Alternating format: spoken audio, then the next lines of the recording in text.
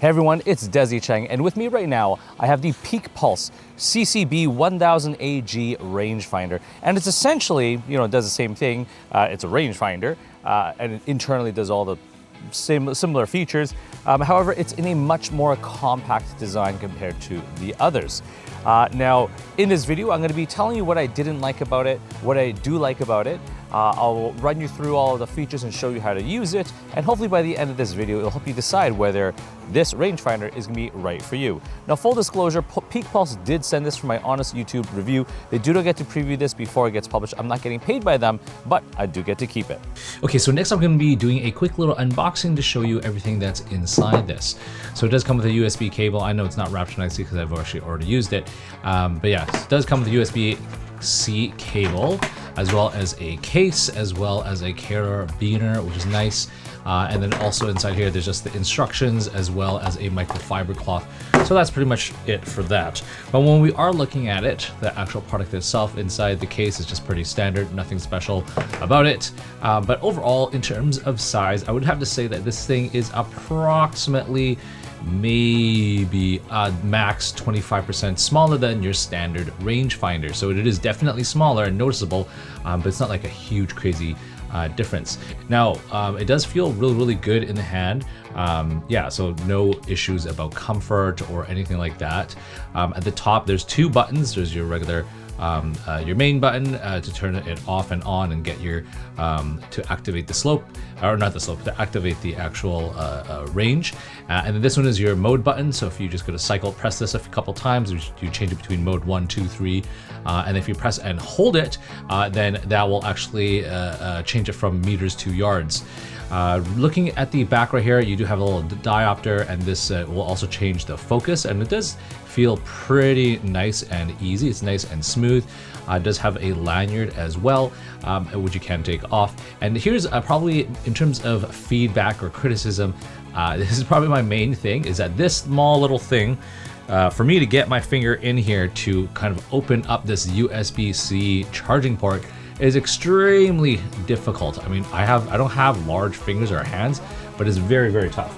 So what I actually have to do is use a pen or something like that, or something sharp, just to kind of really stab it out there to take it out. So that's number one in terms of criticism. And then the second thing that I find that could be also improved is that, so this hole, as you can see that the USB-C port is recessed into it. The problem is, for my other USB-C cables, they actually will not fit in here because that plastic piece is a little bit too big and it just won't fit all the way through. So you kind of have to use the USB-C cable that is supplied with it, or if you have a USB-C cable that has this kind of plastic piece as a much smaller one compared to, I don't know, I just have the standard one, that's kind of also a negative thing. I feel it can be improved for the next round. Make that hole a little bit bigger so that more USB-C cables can fit in there, not just that one right there. And then other than that, the only other thing is that there's no magnet. So some of them, they will have a magnet kind of embedded in here, so you can just kind of put this on and slap this onto your power cart, your golf cart, or whatever. But this one doesn't have that. So you essentially have to put it in your pocket, or put it here, put it on your wrist, or you just got to put it back into this kind of case. Yeah, that's essentially, what the only feedback I have regarding this device. Other than that, it's pretty good. So now I'm going to walk you through what it looks like through the viewfinder and show you some of the features and how to use it. So first thing is, when you do press the range button, okay, sorry, I apologize, a little bit crooked, but yeah, essentially this is kind of what you see. And let me just kind of get my tripod going here. Okay, so press that range button. You got 8 seconds before it disappears, but right now we're in mode 3. We can change that over to mode 1. And when you do press that range button, it's gonna lock on. So that's about 64.7 yards away. Slope is 0 degrees. And then what we're gonna do is we're actually gonna change to mode 2. Oops, let's turn that back on here. When we are mode 2, so the cool thing about this, it measures the horizontal distance. So what that means is, like, for example, let's say I am ranging between the top of this tree right here, and I press the button.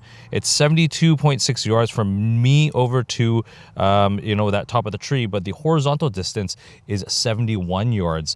And then we can, when we go to mode 3, Let's turn that back on here, and we go to mode 3. It does the vertical distance. So, for example, if I kind of, let's get this right here, that's about 77.6 yards. It's 8 degrees slope up, and the distance between the top of there to down there is about 10 yards. So it does a vertical as well as a horizontal, as well as, you know, what my distance is between there. And then on the left, it does show the slope. And then the only other thing is if I press and hold the mode button, it'll change from meters to yards. And then also when I do change, I can change the focus right here, and that's going to change the focus, you know, of the diopter. Yeah, that's essentially what the features are with this rangefinder. So let's wrap this video up. If you are looking for a small rangefinder that's lightweight and just fits comfortably in your hands, then definitely check this guy out. Anyways, I hope you've enjoyed this review, and if you did, please like and subscribe, and definitely don't forget to follow me on Instagram at Desy31.